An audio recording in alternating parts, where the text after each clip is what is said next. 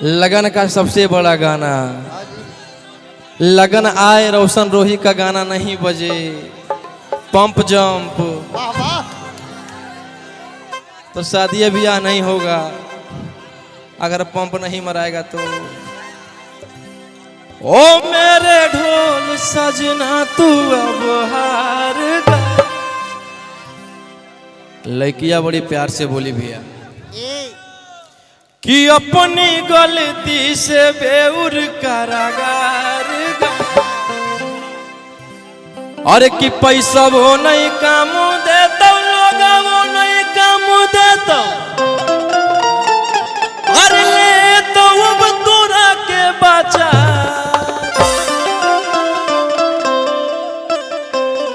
और जहिया बेल लेके आइबो कि तहिया तोरा के देबो बोखर छोड़ा। 1 2 1 2 3 4।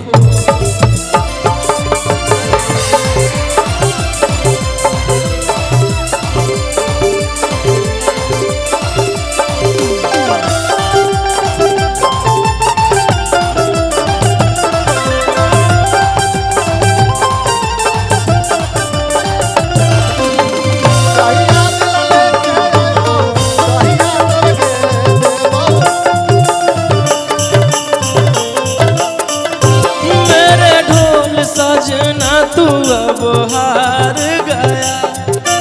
ढोल सजना तू अब हार गया कि अपनी गलती से बेउर कारागार गया।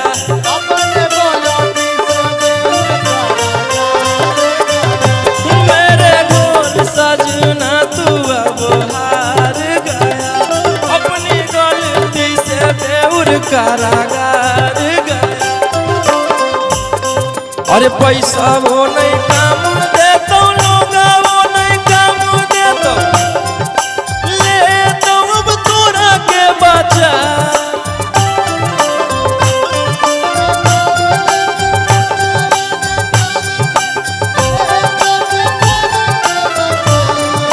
पैसा वो नहीं काम देता लोग, वो नहीं काम देता। अरे ले तो अब तोरा के बचा, बेल लेके आइबो तहिया तोरा के देबो।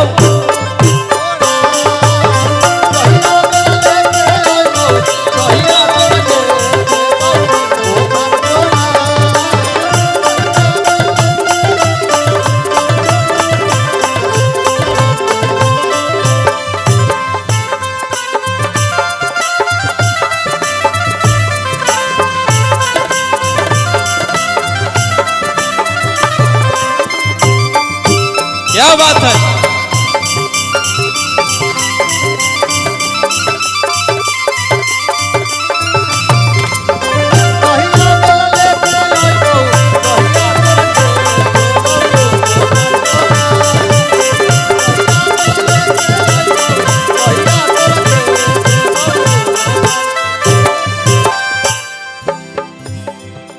इस गाने ये गाना पिछला लगन में आया था जब मैं भीतर था। बहुत प्यार दिए आप लोग कि मुझे तुमने कहीं का नहीं छोड़ा। अल्लाह के पटना में दिल मेरा तोड़ा कि 300 में बिकने लगा।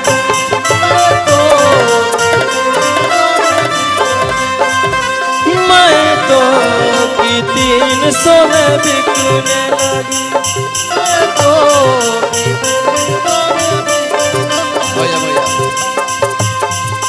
भैया भैया सर्दी जुकाम है, तबीयत थोड़ा सा डाउन है। अगर गाने में कुछ दिक्कत होगा छोटा भाई समझ के माफ कीजिएगा। अरे कि हाई कोर्ट जाई में सुपारी मजाई में कि कवनो न चला तो जहिया बेल लेके आइबो तहिया तोरा के देबो ओखर छोड़ा।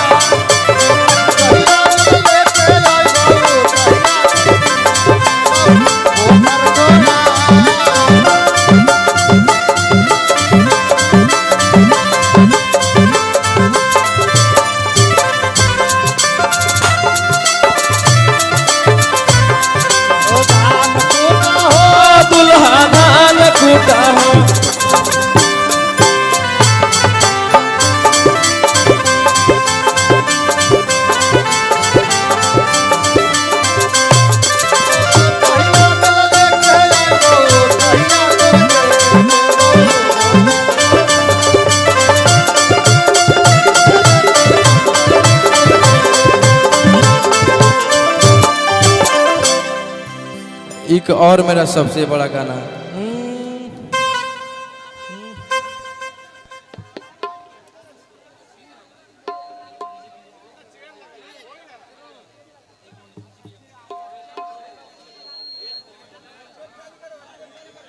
हेलो हेलो जितने भी लोग हैं कि ढोल सजना तू अब हार गया, वाह वाह।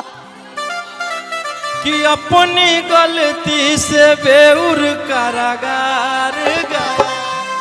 ये गाना कौन कौन सुने हैं?